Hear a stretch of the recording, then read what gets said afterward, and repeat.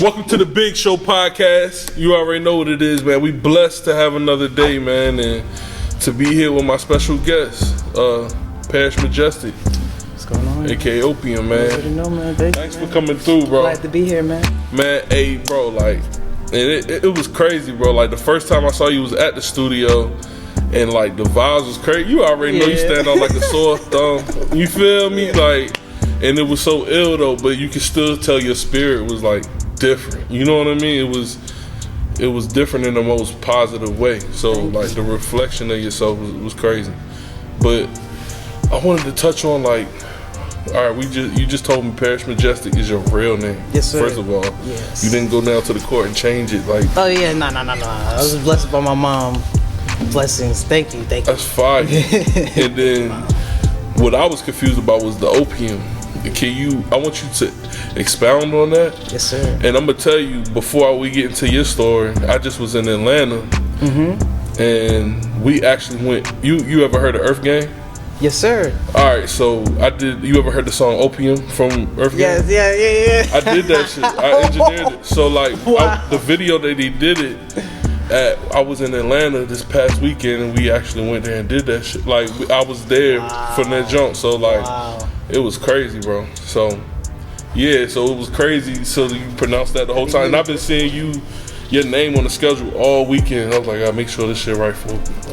I didn't know it was opium at the time. I was like, O-H. You know what I'm saying? Right, just going with it. You feel me? And you explained it was O-P-M. Parish Majestic. That's fire, bro. Thank you. So I like how you put it together. Now, you can tell me, how'd you come up with opium? So, I started painting in 2012, and once I got my bearings, got my first apartment with my homie James, and I was doing a lot of experimentation with shrooms. Oh, so shit. Yeah, I feel you. I was in my painting zone in the living room. I got about probably like 100 something paintings around me and on the walls. Got them scattered all on the floor, just like going with the flow. And I was like, yo, how can I like identify myself as an artist? Instagram, I don't think I was on Instagram yet at this time, because this is like 2014. And like I was, but I didn't have like nothing to identify myself. I just was just posting random paintings. I was doing ambidextrous art, posting my patterns and whatnot. But I was like, what is it? Like, what can I do? And I was just saying my name. I was like, okay, I know who I am. Parish Majestic. I'm gonna stick with my name. I know that for sure. I need to come up with something. And then I was just like, what do I want people to say when I step into the room? Oh, Parish Majestic. Like, oh, that's Parish Majestic right there. So that's how I was just like, oh, PM. And then I was just like, oh shit. I was like, damn, this is a whole thing with opium. I'm like, the drug, how it gets you with the relaxation. I'm like, this ties into my art, who I am. So I'm just like, yes, this is it, opium. That's tough. Yeah, so your whole thing is attention. Yes, sir. What does attention mean to you? Attention is a lot of things. It helps you create the wow factor. You know what I mean? That's like the most important thing. I think a lot of just artists and people in general don't understand the wow factor. That's how we get people to gravitate towards it. So if I can just get your attention without saying nothing, once you see me and you hear me talk, then I can expound on that. Now we're in another universe now. Yeah. Now I'm you in my realm and show you what I'm all about. What is that about? What is your realm though? Well, me personally as an artist, I paint and be creative and do all the things that I do, create clothes as a coping mechanism for my life. You feel me? I've seen a lot of deaths when I was younger. Like, I've seen a lot of real close people die when I was really young.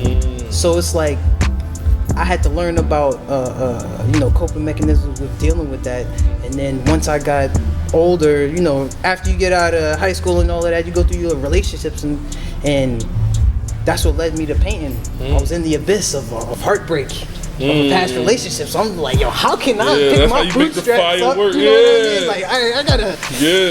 I mean, I've been drawing my dad told me how to draw when I was a kid. I was customizing sneakers when I was in high school and doing t-shirts and all that. Like, I've always been with the fashion and clothes and art. I just never took it to the next level. And so once I came up with my name, OPM on Instagram, and started doing the ambidextrous, started doing the patterns, I was like, oh, I found my identity. Now who I am. Now I can just do whatever I feel. Right. You know? Be that beam of light. Exactly. That's crazy, bro. Yes, sir. That's solid. So let's take a left turn with this. Where does music stand in your heart? And how does artistry mix with your music and your painting and stuff? Music is very influential. I'm from New York. I'm from Queens. Woo! I moved here when I was 16. So Okay. New York, I was born in New York, but VA raised me. Like, Okay. became a man here. So Same way with Baltimore. Yeah. So it's just like, man, I'm hip hop. Like before I moved here, I was living in Hollis, Queens. I lived like 2 blocks away from the Jam Master Jay Memorial. So it's like a lot of dynamics on like how it like influenced everything. Like the whole year that I was living with my homie James in 2014 when I came up with the OPM slogan and all of that, I had it on Music Choice, Hip Hop Classics every single day. Like every single day. Like every day. That's how I start the day off. Just let that rock. Damn, Like that's hard. all day, every day. And yeah, man. Also, that's music back then. Then at that time, I met my homie Royale Swerve.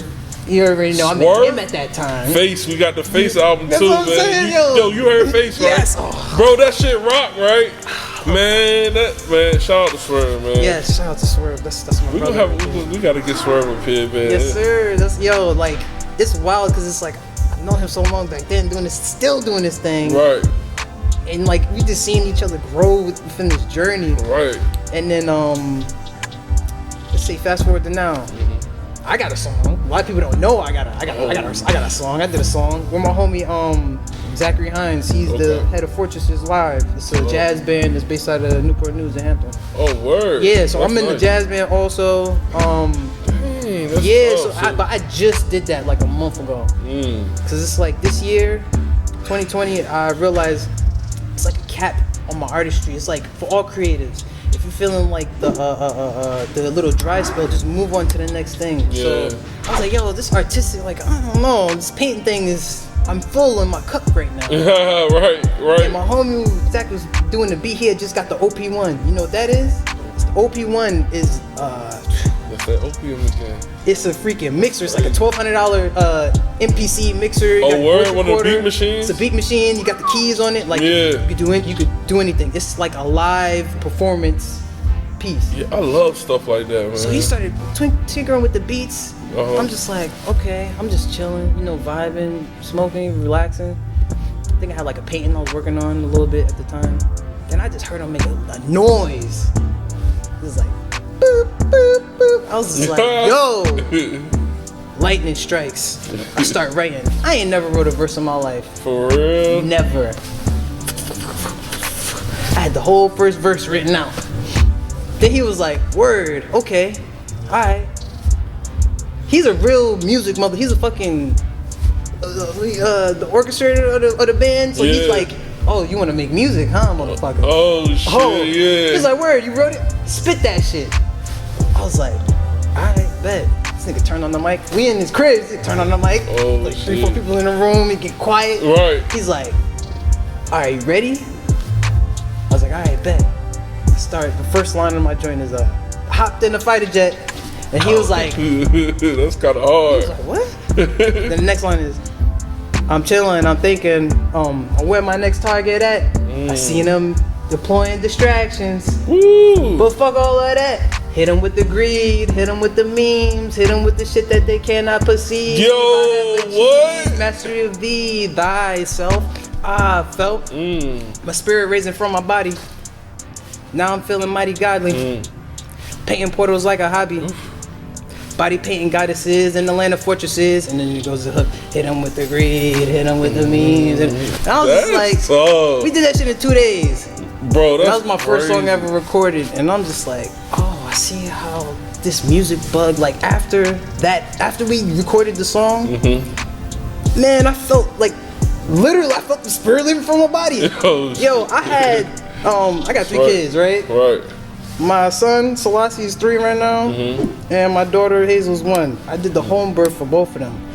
When I held my son after he was born, that's the same way I felt after I made the song. I was like, yo, this joint is I was like, this joint wild right here. That's crazy. I see it. I was like, I'm a little shivering, get a little sweat. I was like, woo.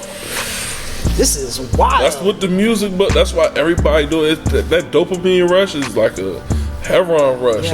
Yes, it's the ultimate form. The language. Like your birth was the having your own.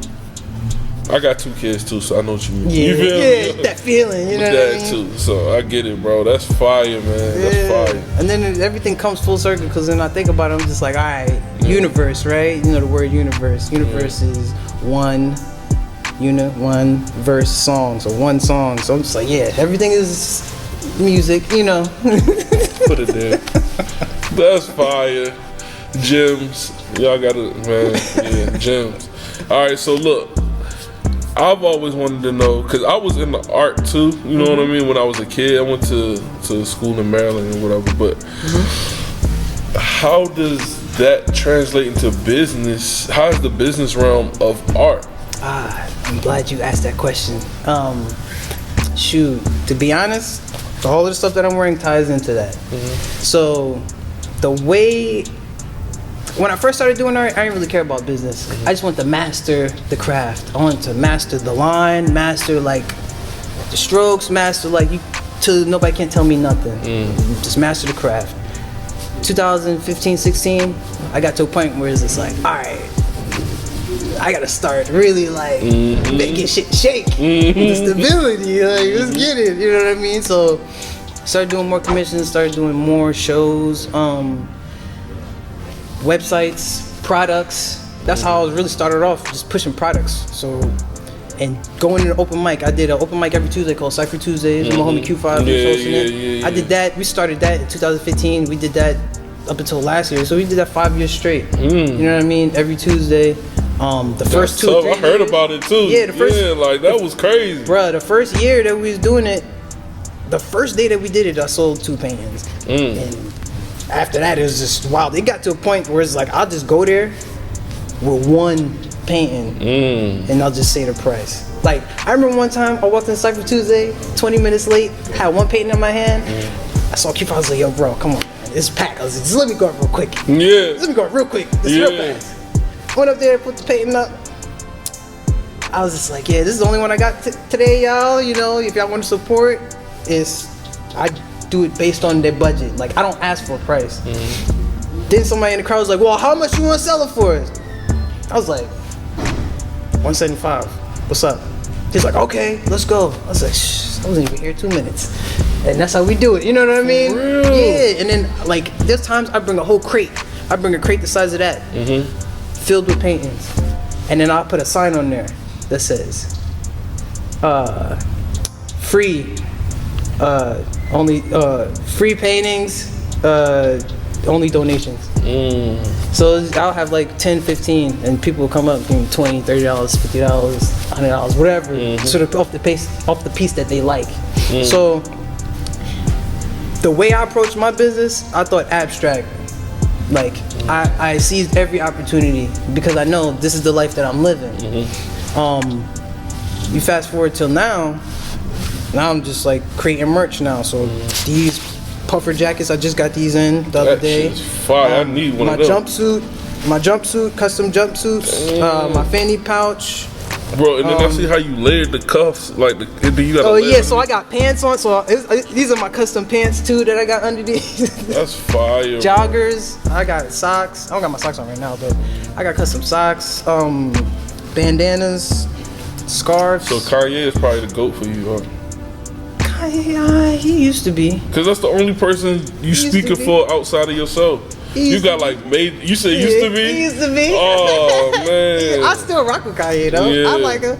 I mean, I get the like. To be honest, I got my own shoes too. I just didn't wear them. Yeah. You got your own shoes? Yeah, I just didn't wear them. You just call me in a moment. It's on my page. Yeah. I got a pair of espadrillas, high top espadrillas. It's the woven sole joints, and the design. That's the name of your shoes is Espadrillas? Espadrilla. It's the type of shoe. So it's a flat. It's the espadrille is just the name of the sole. It's a woven sole. It's called a jute, Jute sole, and it's for like island wears. You see girls wear it on like flats, and you see it on like chuckas, and they have like wedged heels versions. And I think I know what you're talking about. Yeah, it's like the little rope wrap on the heel at the bottom. Right. But yeah, the shoes that I got, they're made in Spain, handmade. Why Spain? That's the only place?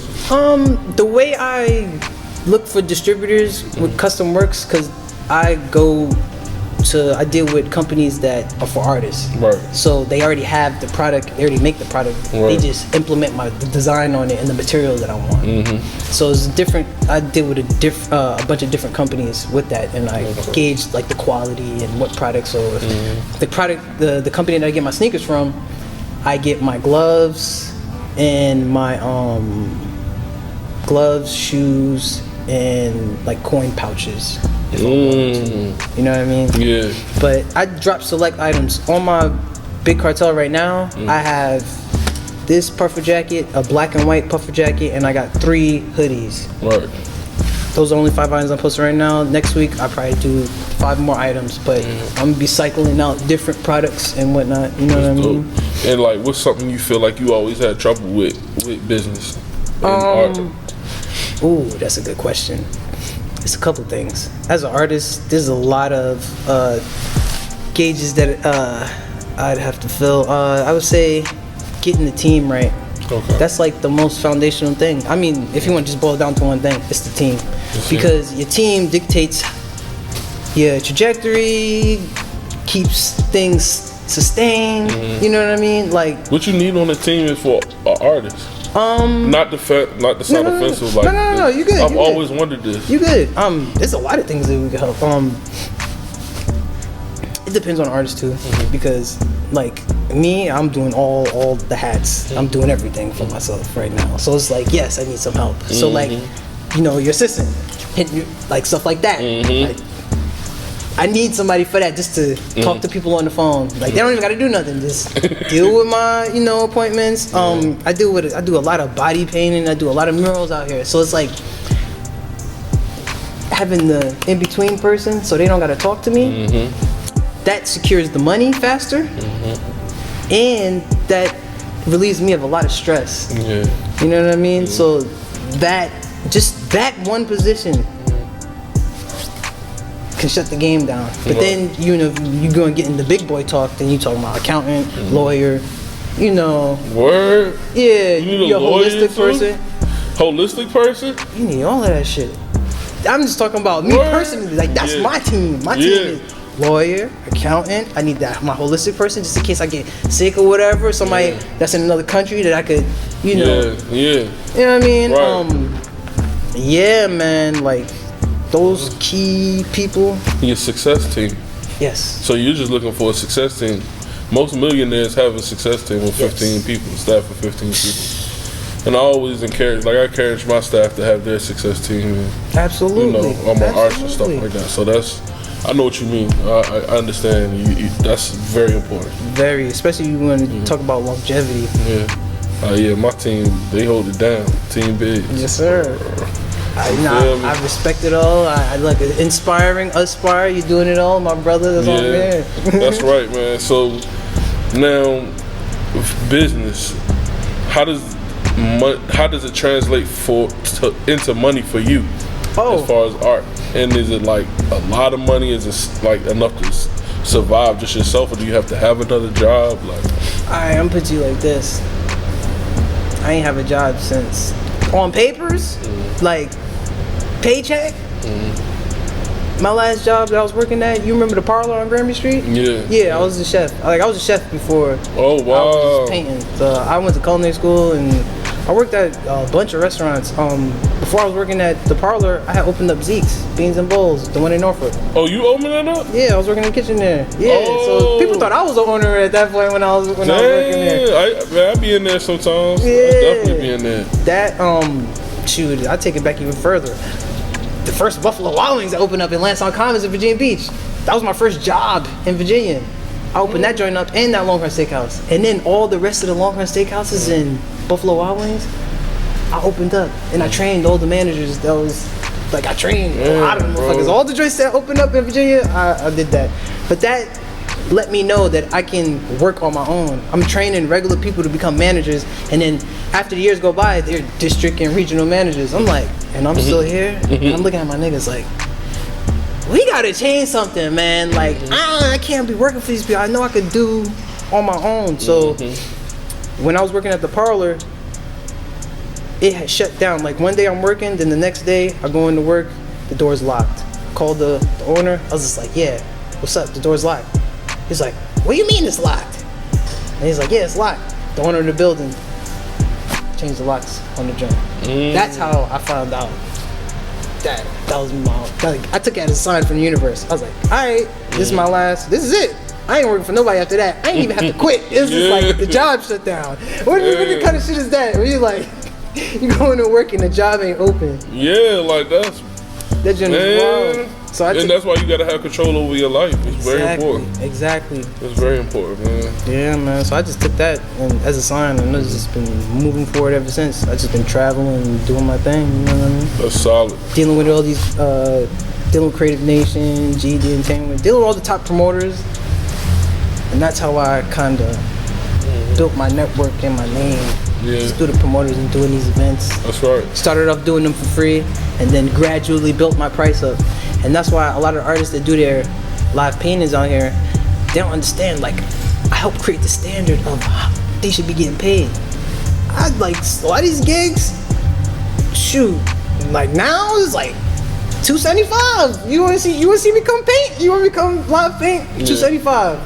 But now it's $500.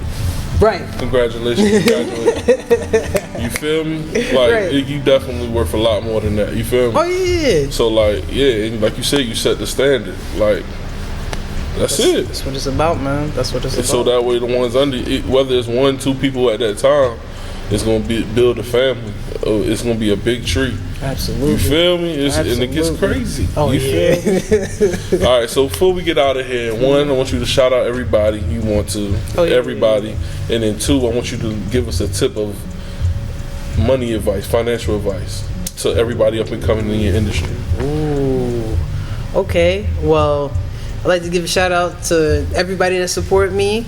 All my homies, James, Josh, Royale, the artist, Fingertips, Jonathan, Bigz, my brother Malik, my mom, my sister Brianna, Carm, my daughter Selassie, Hazel, Autumn, my whole family, like everybody. Thank y'all so much. Creative Nation, GD, all the promoters, everybody that I deal with. If I forgot about you, I'm sorry, but you know what time it is.